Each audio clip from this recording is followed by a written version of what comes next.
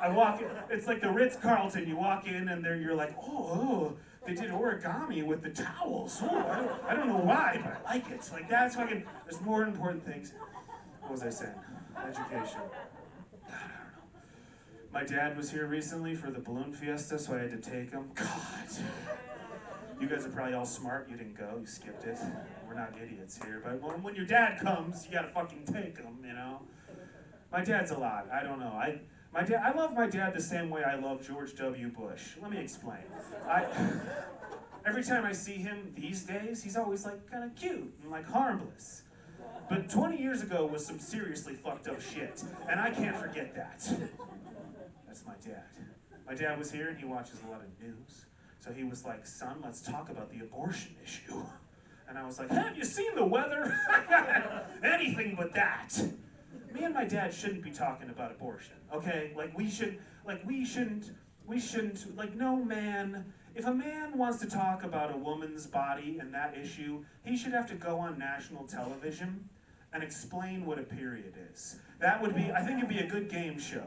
You could put that on right after Wheel of Fortune. Pat Sajak could host it. Just the same, just roll it right over and Vanna White could be there and be like, for $90 million, sir, explain what a period is. Well, no ideas? Nothing? Fucking, we don't know what the fuck we're talking about. My girlfriend recently, this is a true story, I'm not proud of this, but she had to go to the OBGYN. It's amazing that I even know those letters. And she was talking about a pap smear. The ladies in here know what we're talking about, the guys don't. But she was talking about a pap smear. And what I could have done was pretended like I knew what it was. That would have been smart, and then Googled it later. But what I did do was I was like, oh, a pap smear? Is that the one where they smear jelly all over your tits? Is that the one where they smear jelly all over your tits? I said that to her. I said that. The ladies are laughing. The fellas are like, oh, is that not right? Whoa. Fucking she was speechless, my girlfriend. And into that silence, I said, oh, I know those aren't the correct medical terms. Like, those aren't the correct anything of anything. And I said, well, what am I thinking of? And she said, you tell me. You tell me what the fuck you're thinking of right now. That would be the second round of the game show, is the man has to explain what the fuck he thought he meant. Like, I was watching jelly porn. I'm sorry, I don't know. I voted today, though. Anybody else vote? You should do that. You should do that. You ever been so bored that you vote? That was crazy. I was like, I can't jerk off again. I guess I'll go participate, you know? So I jerked off 2 more times, and then I walked over to the polling place. It's fucked up. You guys should vote, but it's fucked up in there. I don't know if you guys know this. So I walked up. This is a true story. So I walked up, and there was an old woman out front, like old. I know there's some distinguished senior people in here, but don't worry, I'm not making fun of old people. This woman was like 180 years older than any of you. This woman was old. She looked like Ruth Bader Ginsburg looks now. You know, like that's just not being offended, that she looked like she'd been dead for 2 years. She was fucking old. And I walked up and she was like, oh, thank God, a young person. And I thought she was like, oh, a young person who cares about democracy. But no, she meant like, oh, young person, we need your help. And she grabbed my arm and she started dragging me inside. And it wasn't a strong grip though, you know, like she grabbed me and I could feel like in her grip, I was like, oh, this is her last election, you know? And so she starts pulling me inside and well, she wasn't really pulling me, I let her think, I was like, this is her last election. And so she fucking starts pulling me inside and she brings me to all these computers because the election is computers. And all the computers were broken. All of them were broken. And there were just all these old people standing around looking at the broken computers. There were so many old people. What do you call like a large group of old people? Like a Facebook? It was like a Facebook marketplace of elderly, just looking at all. They're so old. Did you know that all the people who are in charge of voting were alive when women couldn't? That's kind of crazy. Like they're looking at these computers and they're all just like, it was easier before. And I'm like, before computers? They're like, that too. And then, so I was in charge of the election for 90 minutes. That was true. They were like, can you help us with this? This mouse isn't working. I was like, well, it's not plugged in. Okay, we're gonna go ahead and plug that in. They were like, this touch screen isn't working. I was like, it's not a touch screen. We're gonna use that mouse that we just plugged in. Oh, you unplugged it again. Remember how to plug it back in? You remember that? Oh, okay. One nice old lady, she was a sweet old lady, she gave me her password. She was like, you figure it out. She just gave me her password. I'm just in the election. I was just, the Russians are working way too hard, Guild Cinema, okay? I'm just looking at votes. You don't have to storm the Capitol. Just call me. I'll fucking, whichever way you want, to the highest bidder. I'm in there. I got the password. Oh, God. I'm glad I have a girlfriend, though. The fucking dating was not for me. Anybody here dating? We got anybody on a date? What, some soft woos? Okay. Everyone, we either have cowards in the Guild Cinema tonight, or we have a lot of happy people. I think it was the cowards. That's what I think. I don't think we have, I don't know.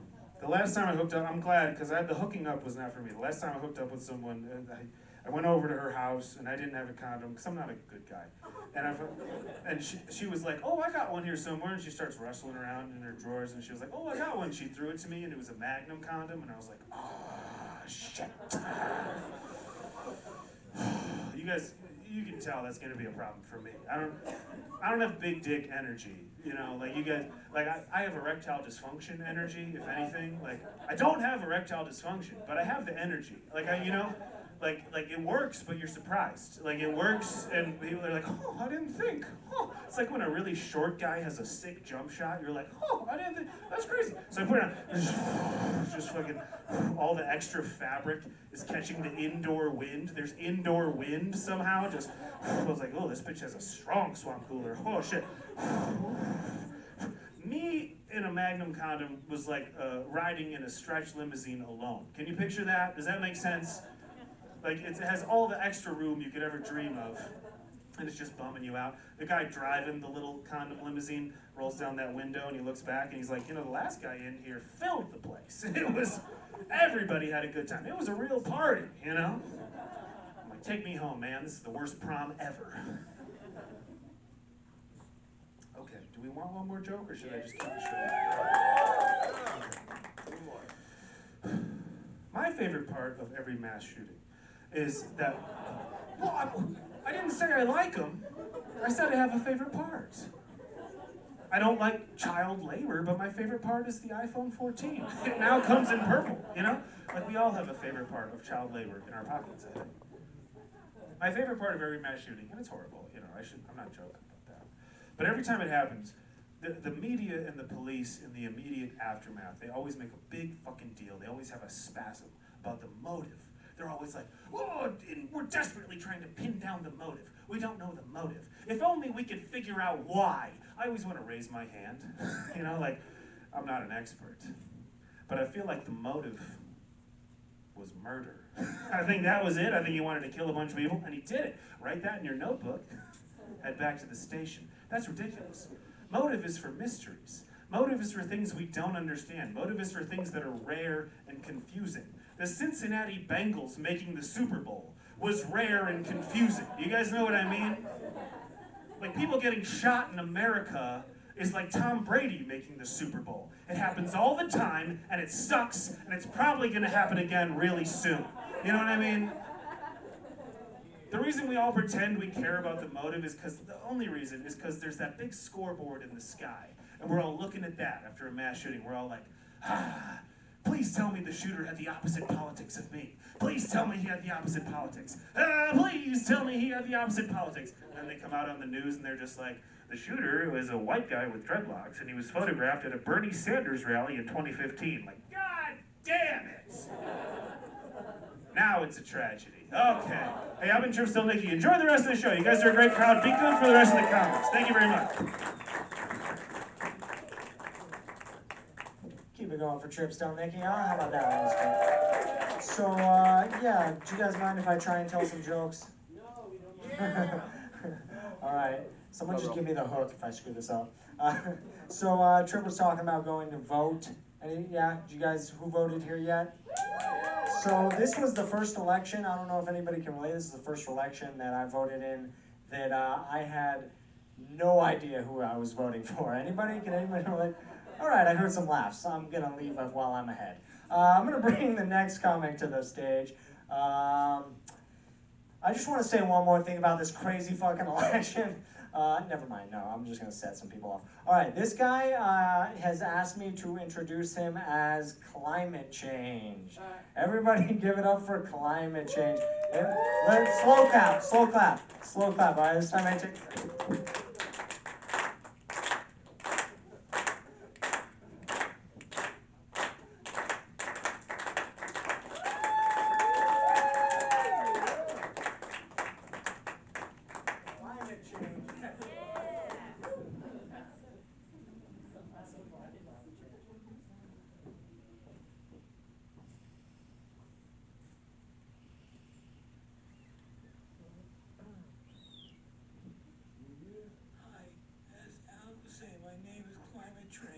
Change, and I'm a deity in the solar system.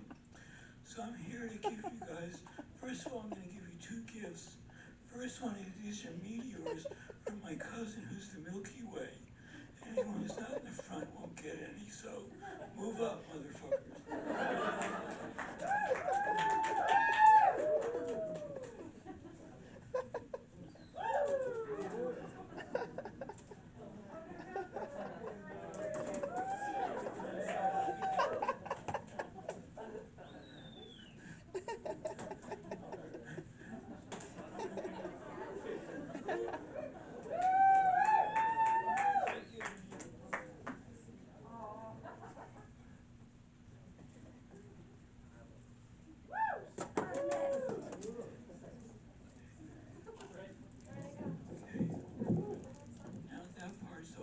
The gift I'm going to give to you guys is a really old comedian.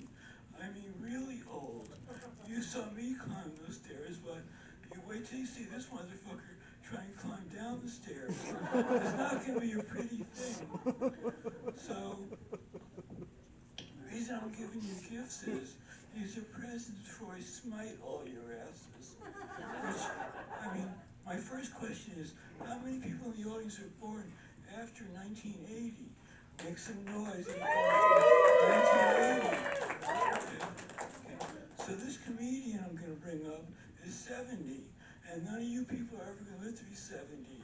So I thought I'd show you what it's like to be 70. It's not so pretty, so I don't know how much you're actually missing by dying to the year 2050, which you're guaranteed to do, unless some politicians get some balls. Which I don't think we vote for politicians with balls anymore. Okay. So let's see. Oh yeah, because I'm a deity, I can all see all of you as naked. And a lot of you people need a lot of noom. You need noom before you zoom, before the boom that leads to your doom. So finally, think thinner before you eat your fucking dinner. And stay away from Wendy's and McDonald's, because that shit don't play. So now I'm going to leave you to this old